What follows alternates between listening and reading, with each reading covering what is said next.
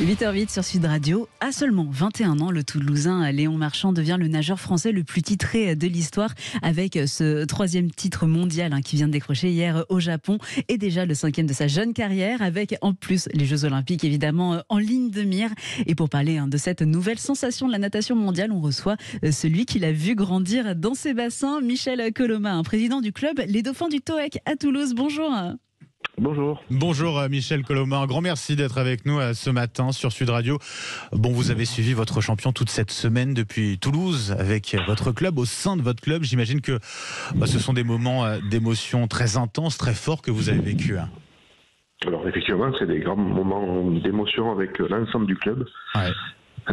Moi, je suis le directeur général, le président c'est Vincent Gardot, mais on a vécu ensemble ces beaux moments de sport, effectivement. Oui. Ouais.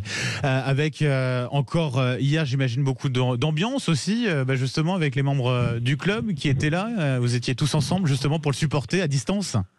Alors tout le monde était là effectivement pour voir la dernière course individuelle de Léon, puisqu'il avait décidé, je pense, intelligemment de ne pas faire le 200 brasses, qui était prévu à la base, mais comme il y avait 10 minutes entre les deux courses, c'était un peu compliqué.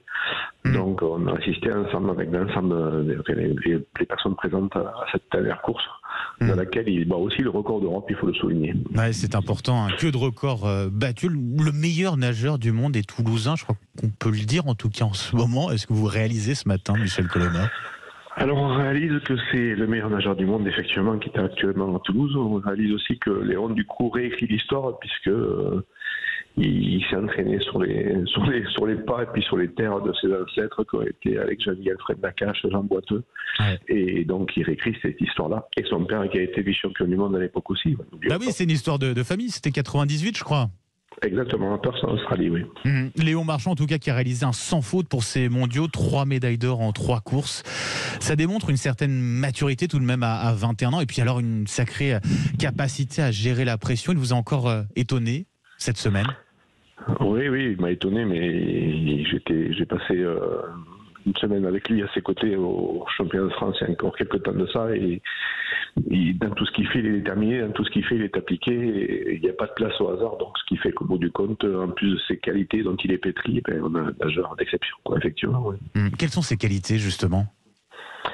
C'est le sérieux. Alors déjà, c'est quelqu'un d'extrêmement abordable, qui a bien la tête sur les épaules, qui a une grande simplicité, mais qui, encore une fois, est surtout très très appliqué dans tout ce qu'il fait, quoi. Ça veut dire que du moment où il met le pied au bord du bassin jusqu'à ce qu'il sorte, il a des protocoles à lui, entre guillemets, qu'il met en place et qu'il applique à la lettre, quoi. Donc il n'y a pas de...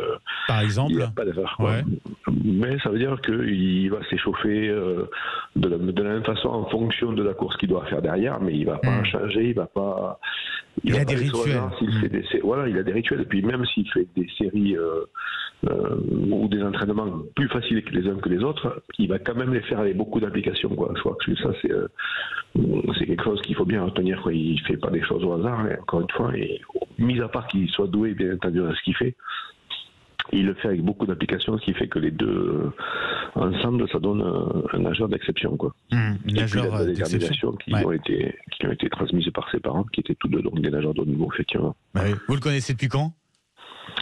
Depuis qu'il est né. Depuis qu'il est né, c'est ça. Vous l'avez vu grandir. Vous avez tout de suite vu qu'il il avait du potentiel, qu'il y avait quelque chose avec ce garçon.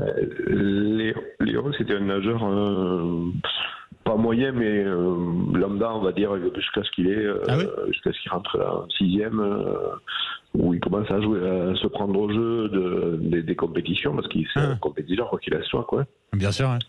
Et après, il s'est pris au jeu, et quand il se prend au jeu, comme il ne fait pas les choses à moitié, il a mis en exergue ses talents, et puis après, son entraîneur, Nicolas Castel, qui est son entraîneur toujours avec qui il est au championnat du monde encore là, ouais.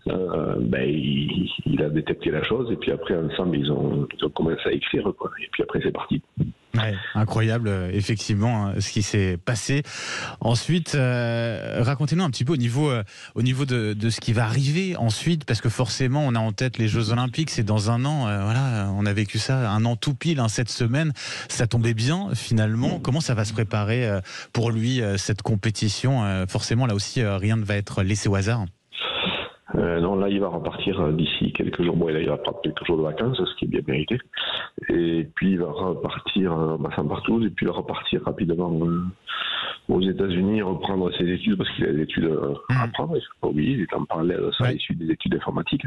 Et il viendra sans doute faire quelques temps à Toulouse pendant l'année. Puis son entraîneur va partir aux États-Unis voir poursuivre ses entraînements, puisqu'ils font un trio avec lui, Bob Bowman et Nicolas Castel. L'ancien entraîneur notamment de Michael Phelps. De Michael Phelps, ils sont en échange permanent. Et ensuite, Léon viendra sans doute début mai à Toulouse pour préparer les Jeux Olympiques de Paris derrière. Vous allez le retrouver quand, vous ? Je risque de le croiser dans quelques jours à Toulouse, là. Et ensuite, on le croisera peut-être en fin décembre s'il passe à Toulouse, et ensuite au mois de début mai quand il reviendra pour préparer les Jeux, quoi. Vous avez pu un peu échanger déjà par message ? On échange par WhatsApp régulièrement, oui. C'est jamais très sérieux ce qu'on se dit, mais bon. Ah ouais, on rigole beaucoup. C'est ça, ouais. Bah oui, c'est important aussi parce qu'il faut évacuer la pression de temps en temps. Exactement. Et puis alors, je tiens à signaler quand même, parce que voilà, parmi les nageurs français présents aux mondiaux, il y en a 6 qui sont licenciés dans votre club, le club des Dauphins du TOEC. Ça veut dire aussi que Toulouse est devenu le centre de natation tricolore aujourd'hui en France, quand même. Mais ça va faire la 15e année que Toulouse est le premier club de France. Et puis ça continue parce qu'il y a effectivement de la formation. On a preuve Léon Marchand qui a commencé à l'école de natation, mais d'autres encore. Et effectivement, pour des raisons, c'était important de souligner 6 nageurs de l'équipe de France, des Dauphins du TOEC en équipe de France. Si en juin 2021, Léon ou les autres d'ailleurs se qualifient aux Jeux Olympiques, ça fera la 10e Olympiade d'affilée que Toulouse fournit des nageurs à l'équipe de France olympique. Je ne pense pas que ça existe dans d'autres sports. Non, ouais, c'est quand même assez... C'est quand même une 40-30 de Jeux Olympiques d'affilée, c'est quand même énorme.